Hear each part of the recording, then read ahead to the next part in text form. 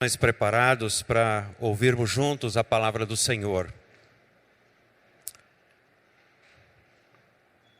Hoje de manhã, o irmão que esteve representando os Gideões, ele acabou iniciando sua palavra falando sobre o nosso tempo, o tempo que vivemos, que é o tempo do conhecimento e da conexão, ou da conectividade.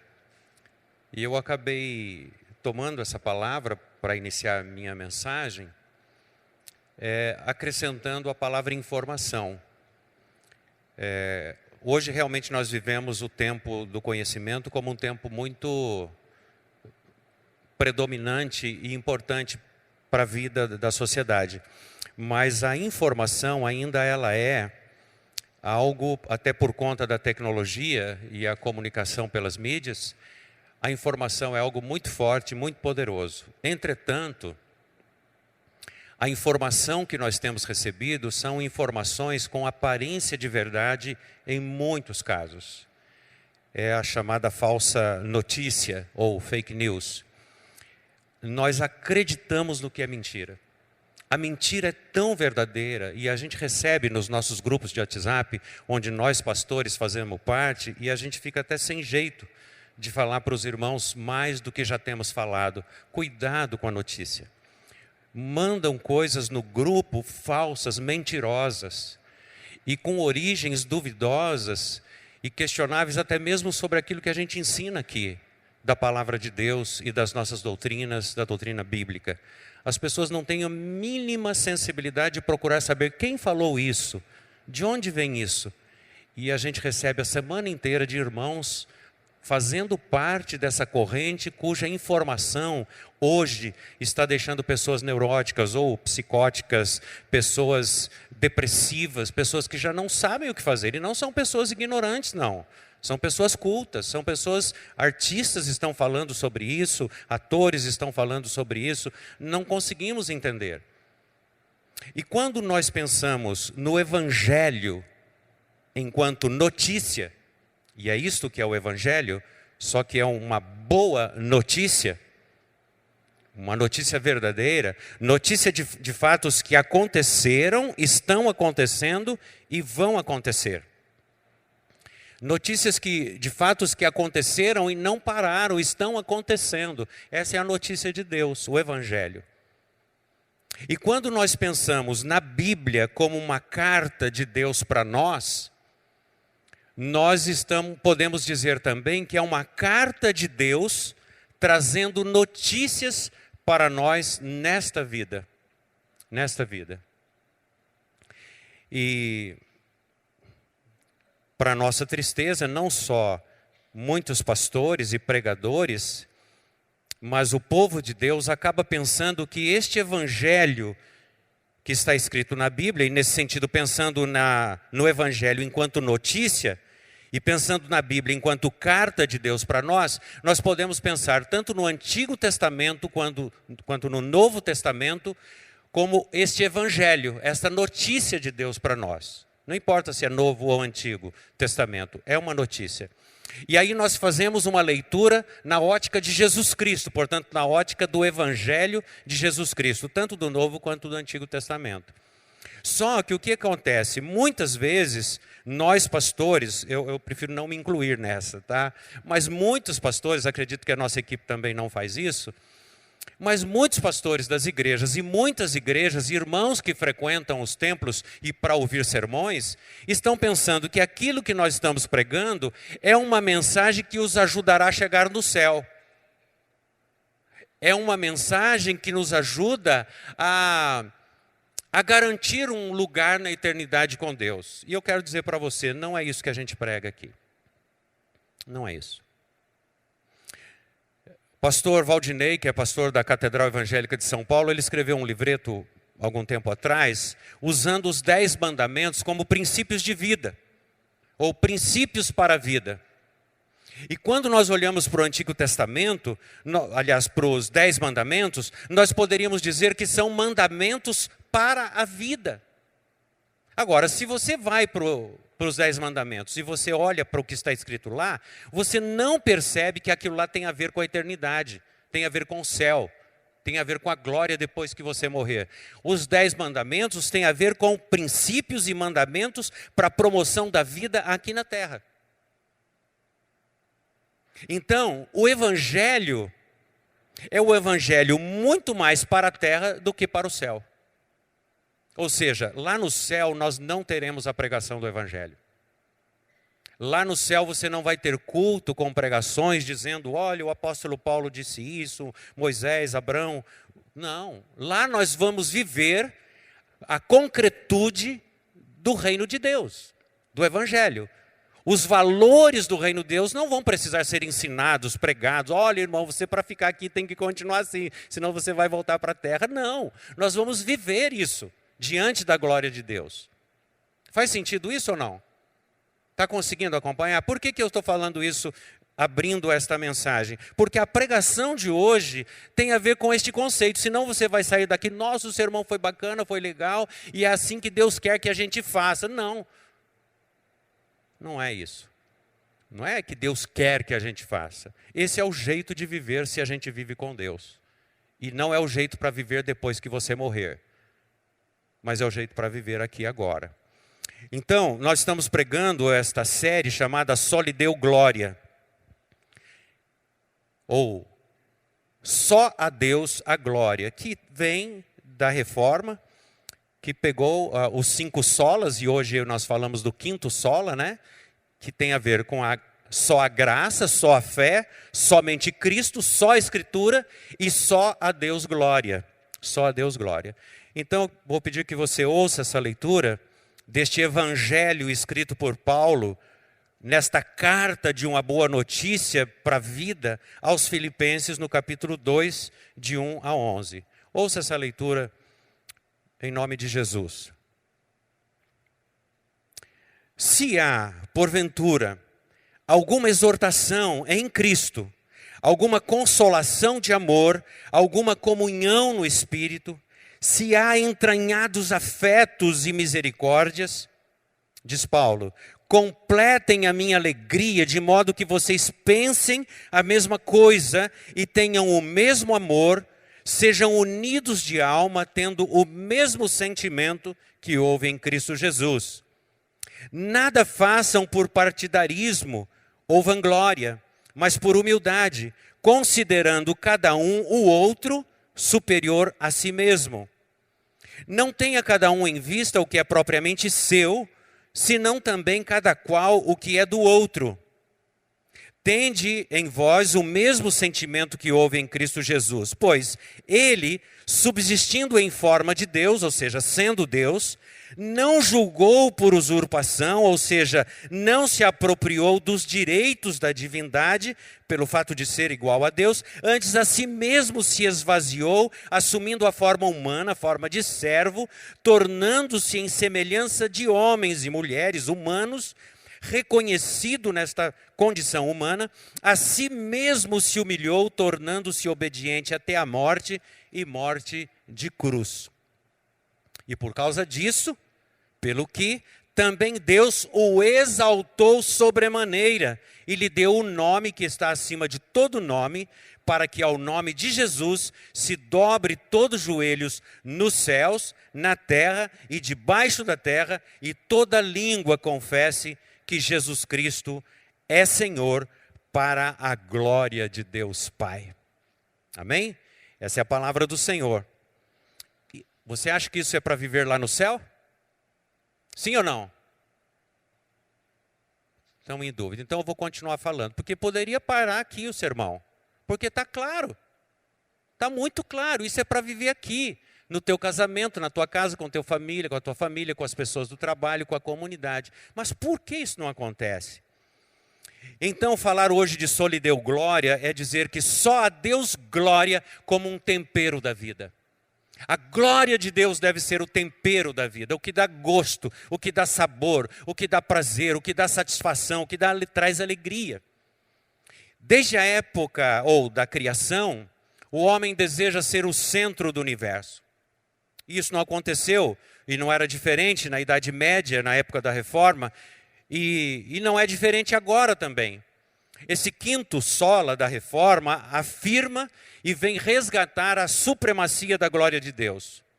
Dizer só a Deus glória confronta as heresias que visam tirar o espaço de Deus na sociedade e colocar o homem no centro da existência. Portanto, só lhe deu glória é um chamado para uma vida centrada em Cristo. Cristo no centro, não o homem. Numa sociedade onde não há espaço para Deus, nós somos chamados a viver para a glória de Deus. Aqui e agora. Agora, quem é Deus? Quem é Deus? Quando a gente olha para os judeus e vemos a escrita do judeu, e vemos o Antigo Testamento falando que não podemos tomar o nome de Deus em vão, o judeu, quando escrevia o nome de Deus, ele abreviava, ele não escrevia o nome completo, colocava um apóstrofe para falar o D e o U, se fosse em português. Mas não Deus. Por quê? Porque quando a gente, especialmente no conceito judaico, quando você sabe o nome de alguém, quando você diz o nome de alguém, significa que você conhece essa pessoa. Você sabe quem ela é. E você tem autoridade e domínio sobre essa pessoa. Agora, quem de nós podemos dizer que temos domínio sobre Deus? Controle sobre Deus? Podemos dizer exatamente que conhecemos Deus. Deus é infinitamente maior e além da nossa capacidade de pensar, saber e conhecer. Deus não está sob o nosso controle. Então, esta pergunta, quem é Deus, é fundamental para o ser humano. E a Bíblia traz várias definições para nos ajudar a compreender quem é esse nosso Deus. E a propósito da mensagem de hoje, uma das definições da Bíblia é dizer que Deus é luz. Deus é luz. Ele não tem corpo humano. Deus criou o universo como uma explosão da sua glória. E quando começamos a pensar na criação do universo, você já viu vídeos, filmes, fotos, imagens, e você começa a imaginar as galáxias, os astros, as estrelas, os planetas, os satélites, esta coisa maravilhosa que a gente se encanta ao ver o universo criado. Não bastasse o universo, apenas a Terra, apenas este planeta. E você começa a pensar, por exemplo, nas aves. Imagine algumas aves que você já viu e conhece. As cores, a beleza. Nós começamos a perceber os peixes, a variedade múltipla de tamanhos e cores, formatos. As coisas lindas que observamos dos peixes dos oceanos ou dos rios. As plantas, as matas, as flores. E vemos toda a beleza da criação. Mas vemos também que Deus criou o homem e a mulher. E colocou neste homem e mulher a sua glória. Fomos criados à imagem e à semelhança da glória de Deus. Deus criou, portanto, o homem para refletir e comunicar a sua glória ao mundo. Não apenas a natureza e os céus proclamam a glória de Deus, mas Deus espera que você e eu, como seres humanos, frágeis, quebradiços que somos, possamos expressar na nossa fragilidade e fraqueza esta glória de Deus que se apresenta. Agora, que glória é essa? Que glória é essa? Quando pensamos na palavra glória, imagino que para a maioria de nós nos vem à mente a palavra poder, fama, brilho, glamour, pompa, luxo, algo que nos levante, que nos encha, que nos coloca nas plumas e paetês, nas pompas e nas plumagens. Algo que trata do nosso ego. A primeira vez que a palavra glória se apresenta na Bíblia, em Êxodo, vai falar da coluna de fogo, do brilho no Sinai, como manifestação visual e sensorial da presença de Deus. Aquilo que se apresenta como incandescente e resplandecente da presença gloriosa de Deus. Mas essa glória trazida por essa luz, vai mostrar que esta luz não é literal. Não é literal. Nós temos a lâmpada acesa. Nem por isso ela revela a glória de Deus. A Bíblia diz que toda a terra está cheia da glória de Deus. E esta glória é a manifestação da presença de Deus. Ou seja, são todas as virtudes divinas presentes na terra. Como majestade, justiça, misericórdia, bondade. Assim começamos a perceber Deus e a sua glória na criação do mundo. Mas acontece o grande pecado da humanidade, que provoca aquilo que a Bíblia chama de a queda. E a palavra para isso, nós vamos ver que é a palavra híbris, que eu disse de manhã que eu guardei, acho que só essa palavra em grego, porque aprendi de um professor nosso, o reverendo Antônio Godoy Sobrinho. Então, se alguém tem dúvida em alguma coisa de grego, fala com o pastor Mário, porque ele é bem mais experiente nessa área, e eu realmente não sou. Mas essa palavra me tocou desde o seminário. Talvez poucas coisas ficaram do seminário ou da teologia, especialmente a teologia sistemática, por conta desta palavra, esse pecado primário que entra no mundo e provoca uma grande queda. O orgulho, ele está em frontal oposição à glória de Deus. Lúcifer e Adão desejaram o lugar de Deus. Queriam o lugar de Deus, ou estar no lugar de Deus, ser o próprio Deus e trazer a glória para si mesmos. Então esta palavra que disse aprendi, foi esse grande pecado original. Na verdade, e todas as formas de pecado, as demais formas do pecar, se originaram a partir desta forma, ou desta atitude. É o afastar-se do centro divino e colocar-se no centro de si próprio. Ou seja, afastar-se daquele lugar divino ao qual o ser humano pertence. E trazer para nós mesmos este lugar e este pertencimento. É voltar-se para si mesmo como o centro do seu eu, o centro do seu próprio mundo. Isso é híbris. O homem não reconhece a sua finitude e torna-se o centro de si mesmo. Estudiosos vão dizer que este grande pecado desencadeia então a desintegração das culturas no transcurso da história. Deus, a criação, a manifestação da sua glória, o pecado que aparece para apagar essa lâmpada da glória de Deus, para ofuscar o brilho desta glória. Então ele aparece. No Antigo Testamento ouvimos uma palavra em 1 Samuel 4, dizendo, e acabou. É como se diz, e tudo isso de bonito acabou. É o nome de um menino. O pecado apagou a luz da glória de Deus, ofuscou o brilho da presença de Deus no mundo. O orgulho de Israel levou o povo a viver de forma que não havia mais espaço para Deus. Será que é algo diferente dos dias que vivemos hoje? Deus estava sendo deixado de lado. Houve então um período de declínio na história, quando esse texto acontece em 1 Samuel e aparece essa palavra para dizer, foi banida a glória de Israel. No auge da crise nasceu uma criança, cuja mãe colocou o nome de Icabô. Não poderia ser nome mais apropriado nem mais sinistro. A mulher de Finéias, nora do sacerdote, deu à luz um menino. Ela estava sentindo fortes dores. O esposo morreu, o sogro morreu, o cunhado morreu. E isso, na tradição, diz que essa mulher estava sozinha, abandonada. Não tinha ninguém para se casar com ela e para gerar filhos. A vida começou a perder o sentido. A arca da aliança estava no poder dos filisteus. E depois dessas tragédias, nada mais lhe tinha significado, nem o filho, nem a própria vida. E diz o texto com voz baixinha, balbuciando, ela chamou as pessoas ao redor e disse, chamem um menino de Icabô, pois de Israel foi-se a glória de Deus. E ela disse, Icabô, e morreu. É isto que acontece quando tiramos Deus do centro da nossa vida. É isto que acontece quando não vivemos para a glória de Deus. A vida perde o sentido. Por isso, falar da glória de Deus ou glória só a Deus como tempero da vida faz todo sentido para a nossa relação conjugal, por exemplo. Quando marido e mulher já não vivem para a glória de Deus. Quando pais e filhos não vivem para a glória de Deus, quando a família perdeu esta essência divina em seu ser e já não reconhece que Deus é Deus em casa, no lar, na família, que já não vive e começa a viver para si, então a vida perde o sentido,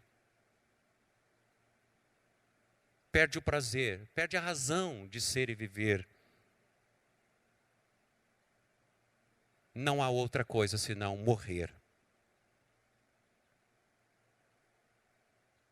O tempero da vida vai se tornando insosso. E é nesse contexto que esta carta de Deus, esta notícia que não é só uma notícia, mas é uma boa notícia de algo que aconteceu, que está acontecendo e vai acontecer, porque esta carta fala da história de Deus, e a história de Deus não tem passado, presente ou futuro, a história de Deus simplesmente acontece. E neste acontecer, acontece que Cristo se apresenta como o próprio Deus habitando nesse contexto onde a luz se apagou. O brilho da glória se apagou. Então vem a revelação desta glória divina em Cristo Jesus como o esplendor da glória. E João, o evangelista, no capítulo 1, verso 14, diz assim: a palavra tornou-se carne e viveu entre nós. Olha, Deus que não se preocupa com a gente para a eternidade, Ele está se preocupando com a gente agora. Ele viveu entre nós e vimos a sua glória, glória como do unigênito vindo do Pai, cheio de graça e de verdade. Então Cristo é a autoexpressão de Deus, é o próprio Deus. É o esplendor dessa glória divina. Então o padrão de vida de Jesus é a vida do próprio Deus. Jesus não foi alguém só que veio para nos influenciar, para nos inspirar, alguém que foi como um exemplo para nós, mas Jesus foi o próprio Deus morando e habitando para a gente ir ganhando o seu cheiro, a sua cor, o seu pulsar de coração, o seu jeito de viver. Viver o estilo de vida de Jesus, isto sim, é render a glória devida só a Deus. Significa reproduzir a essência de Deus no mundo. É isso que glorifica ao Senhor. Não são as nossas músicas, os nossos cânticos. Claro que isto faz parte de um processo, mas isto é um aspecto da essência que glorifica a Deus. O autor aos Hebreus diz que Cristo é a expressão exata do caráter glorioso de Deus. E a sua glória afeta a nossa vida e o nosso jeito de viver. A glória de Deus em nós comunica aos outros a presença dessa glória de Deus no mundo. Ora, se Deus criou o universo, toda essa amplitude universal, e diz o texto dos Salmos, para essa natureza, esta obra da criação, ela anuncia a glória de Deus. Então Deus criou o ser humano e nele colocou a sua glória para que este jeito do nosso viver possa render glória a Deus e compartilhar esta glória e esta presença da glória de Deus no mundo hoje. Então, à medida que nós compartilhamos o Evangelho, nós fazemos discípulos de Cristo e o Espírito Santo vai transformando estes discípulos na imagem e na semelhança de Deus, imprimindo nesses discípulos o caráter de Jesus e enchendo-os da glória do Senhor. Quando olhamos para a oração de Jesus, em João capítulo 17, nós vemos que a maneira de nós glorificarmos a Deus é produzindo fruto. E produzir fruto não é cantar, orar, servir no ministério, levar donativos, entregar os Novos Testamentos. Isto faz parte de um processo, mas o fruto que glorifica a Deus é uma vida transformada pelo Evangelho, em cuja vida o Espírito Santo transforma este caráter, transformando este caráter humano e pecaminoso e pecador no caráter de Jesus. Então a glória, a imagem e semelhança de Deus neste discípulo vai então refletir a glória do Senhor. E ele vai dizer, produzir frutos que permaneçam para a eternidade. Muitos dos frutos que nós temos legítimos aqui não vão ficar para a eternidade. Só ficarão frutos para a eternidade, vidas transformadas pelo Evangelho. Como diz o profeta Abacuque no capítulo 2, verso 14. Assim como as águas enchem o mar, a terra ficará cheia do conhecimento da glória do Senhor. A terra será coberta da imagem e da glória do Senhor através das vidas dos salvos em Cristo Jesus. Essa glória que fazemos aqui não é um hino, um cântico que nos arrepia, que nos faz chorar. Esta glória que Deus está manifestando na sua vida e na minha vida, vai ao abrir essas janelas, essas portas, nós vamos expandir e jogar esta fora, esta glória na cidade de Rio Preto e no mundo. Esta glória vai cobrir a terra através da sua vida, dos seus passos por onde andar. Quão formosos são os pés daqueles que anunciam a glória de Deus. Faz sentido isso para você? Que você deve e é a expressão da glória de Deus, porque Cristo está em você. Então você vai ver esse tempero da vida sendo real na sua relação conjugal, quando você entender que isto é em você, mas é também no seu cônjuge e é no seu filho. Porque antes de ser sua esposa, ela é uma discípula de Jesus. Antes de ser seu marido, é um discípulo de Jesus. Antes de ser seu filho, é um discípulo de Jesus. E antes de você ter autoridade sobre ele, ele é um irmão seu na fé. Nós não conseguimos entender os papéis de pai e mãe e achamos que nós temos autoridade. Faz isso, menino. Por quê? Porque tem que fazer. Por quê? Porque eu quero. É assim que tem que fazer. Não. Nós começamos a lidar de forma diferente. Mesmo uma criança de 3, 4 ou 5 anos, ele é superior a mim em Cristo Jesus. Ele é meu irmão. E eu devo tratá-lo desta forma. E poder sair um pouco deste papel de pai, de autoridade ou de autoritário, para me recuar e olhar, ali está a glória de Deus naquela vida. O caráter glorioso de Jesus Cristo está ali. Então eu mesmo me prostro diante deste, de quem eu sou irmão.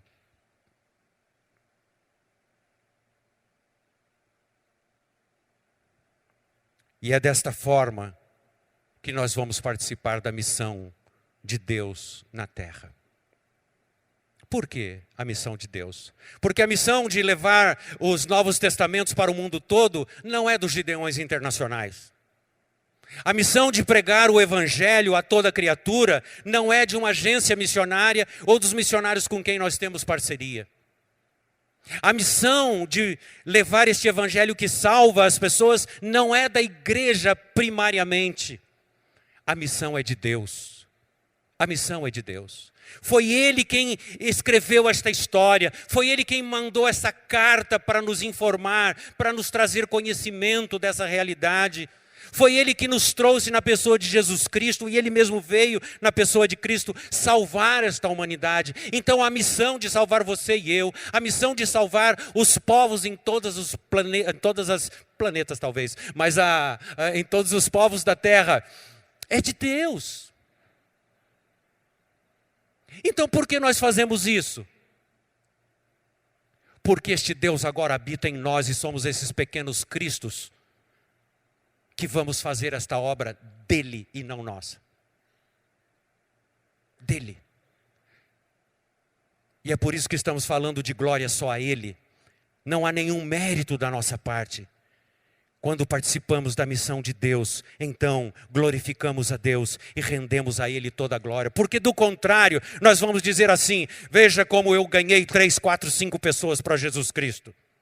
Veja como eu pude ser impacto e influência na vida deste. Ontem ele era assim, agora ele é desse jeito. Eu fiz isso através da minha vida, através do meu ministério, através da minha igreja.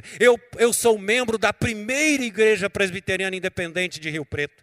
Uma igreja centenária, de 113 anos. Até o prefeito é membro da minha igreja. Olha só. E nós começamos a trazer glórias para a nossa própria vida. Quais as implicações do orgulho em nosso dia a dia? Primeiro, o orgulhoso se acha. Conhece alguém assim? Tem alguém aí do seu lado assim ou não? Não conta para mim. Tem alguém entre nós assim? O orgulhoso é incapaz de considerar o outro superior a si mesmo. Olha para o outro como quem está abaixo. É incapaz de olhar para cima porque não tem ninguém, nada acima dele. Olha com desprezo o ar de superioridade. Os outros para o orgulhoso são pequenos demais, finitos, miseráveis, perdedores. O orgulho no seu pior estágio nos transforma no próprio diabo. E é a partir de um coração cheio de orgulho que cometemos os demais pecados. É por orgulho que o homem trai a sua esposa. É por orgulho que a mulher trai o seu marido. É por orgulho que abandonamos a família, que consideramos morto um amigo. É por orgulho que julgamos e criticamos o outro. O orgulho é essencialmente a competição com o orgulho do outro. Me lembro de alguns irmãos alemães, cristãos, lá em Curitiba, pessoas piedosas, homens tementes a Deus, e um deles contando a sua história, a sua experiência de vida cristã.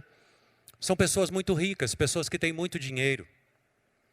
E ele começou a perceber, este irmão, que num dado momento ele se reuniu no final do ano para dizer quais foram as suas glórias, quais foram as suas conquistas, o quanto sua empresa cresceu, quanto seu patrimônio cresceu, qual foi o último carro que ele comprou. E cada um exibia o seu carro como sendo maior do que o outro. Era o orgulho de um competindo com o orgulho de outro, até ele perceber que a questão da glória de Deus estava sendo aniquilada e apagada na vida dele, entre os seus irmãos. E ele tomou essa decisão de buscar só a Deus, a glória. E de fato ele começou a permitir que a glória de Deus se revelasse na vida dele. Não a glória dele porque ele tinha poder, autoridade, mas a glória de Deus. E eu me lembro naquela ocasião, e tem lá até hoje, o que é chamado de a Chácara dos Pinheirais, na região de Araucária. Um complexo maravilhoso, uma estrutura fantástica, em que ele cedia para as igrejas fazer seus encontros e retiros e cobrava apenas R$1. R$1 por pessoa. Como começa a mudar a nossa vida? Como começa a mudar a nossa vida?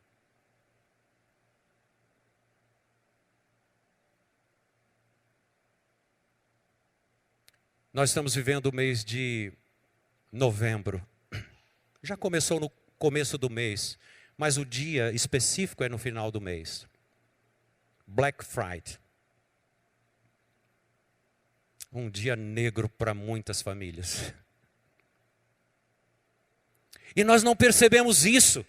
Nós chegamos para o culto para buscar alguma coisa.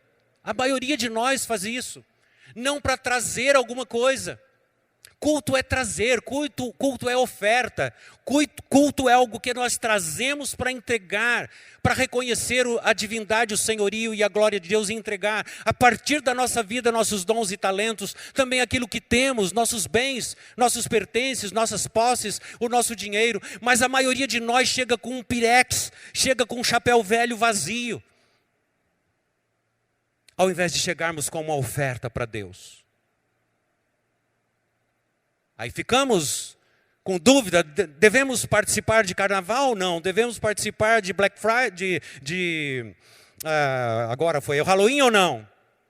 Mas ninguém pergunta, devemos ir ao shopping, ao mercado para adorar Mamon? E a maioria das pessoas que frequentam a igreja esta semana estarão fazendo fila, sentando em cadeiras, tomando cafezinho de madrugada, na porta da loja, trazendo ofertas a Mamon. Nos mercados, nos shoppings. E depois vem pedir oração para Deus dar emprego e resolver problema financeiro. Porque invertemos a glória, a adoração.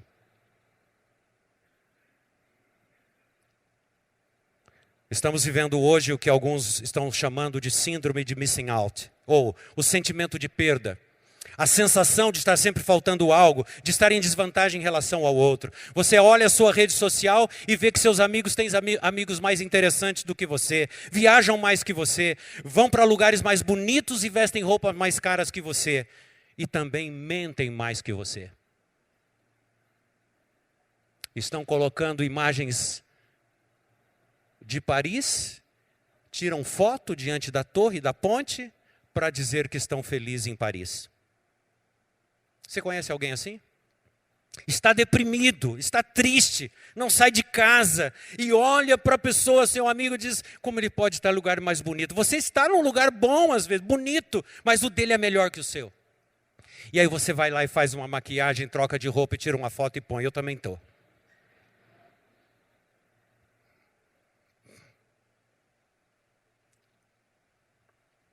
O fato é que sempre queremos estar em destaque e quando o outro se destaca, nós ficamos tristes e chateados. Enfim, o orgulho nos faz querer ser o próprio Deus, nosso Deus, colocando os holofotes sobre nós para recebermos a glória que é dele. E enquanto mantivermos queixo duro, nariz empinado, o coração cheio de orgulho, não podemos conhecer Deus. Algumas pistas para conhecer o nível de orgulho na sua vida. O quanto você fica chateado ou triste quando é desprezado. Isso reflete o nosso orgulho. O quanto você fica chateado ou triste quando é forçado a fazer a vontade do outro. Quando te julgam incapaz ou incompetente, ou se acham superior a você. Algumas conclusões. Orgulho é achar-se maior e melhor que os outros. E a matriz de todos os pecados. Glorificar a Deus significa reconhecê-lo como Deus e render a Ele a glória que só a Ele é devida. E isso implica deixar de lado todo orgulho. Será que nós estamos falando para pessoas nesta manhã que ao sair daqui vão olhar para a cruz como nesse altar onde consagramos ofertas, também vamos dizer: Senhor, está aqui todo o meu orgulho, toda a minha vontade de controlar a minha vida, de saber tudo e dominar e controlar tudo. Eu quero deixar de lado este orgulho aos pés da cruz, para que a tua glória ocupe a minha vida. Não é possível achar-se melhor que os outros e dizer que conhece a Deus.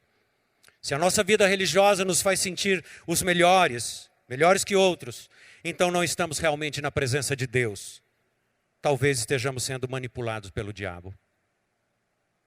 O brilho deste mundo se apaga na presença gloriosa de Deus. Tudo cai diante da glória do Senhor. Os anjos se prostraram diante da glória de Deus. Abraão se prostrou diante da glória de Deus. Isaías se prostrou diante da glória de Deus. O próprio Jesus prostrou-se com o rosto em terra, adorando ao Senhor diante da sua glória.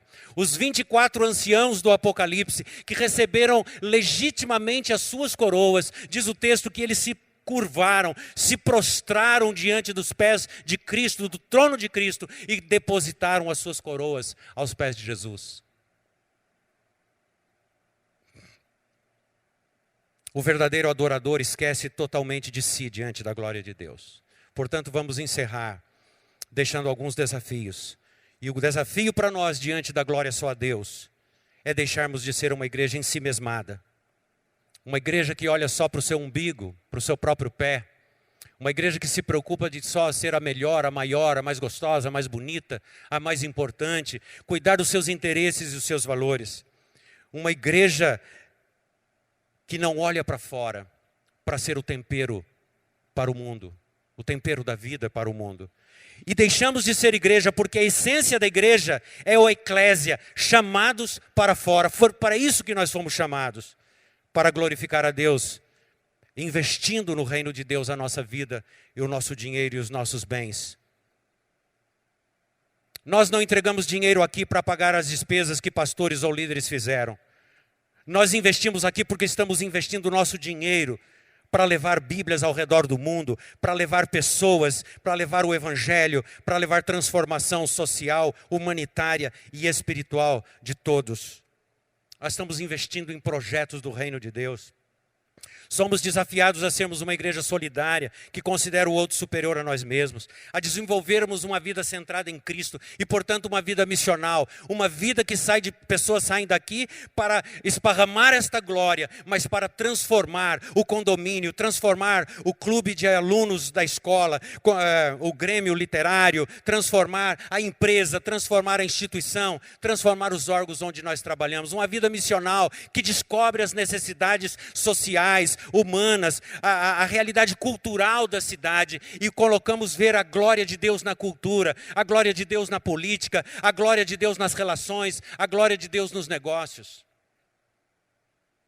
E assim, então nós faremos culto só para a glória de Deus. Como disse o pastor semana passada, se não houver, Calvino é quem disse isso, se não houver culto na vida, não haverá vida no culto. É preciso que haja culto na vida, adoração lá fora, para que a vida e essa alegria aconteça aqui entre nós. E então os cultos que aqui oferecemos não serão mais para satisfazer nossos caprichos e deleites, mas um culto que reflita nosso estilo de vida na sociedade, comunicando e compartilhando as virtudes divinas de justiça, misericórdia, paz e generosidade. Enfim, mudaremos o mundo começando por nós mesmos. Precisamos construir com valores do reino de Deus esse mundo melhor que tanto queremos ter. Que o nosso jeito de viver para a glória de Deus seja esse tempero da vida em nossa comunidade e em nossa sociedade. Que as pessoas, ao olharem para nós, quando passarem por nós, elas digam: vejam como eles se amam, como é bom estar entre eles. Que Deus nos abençoe.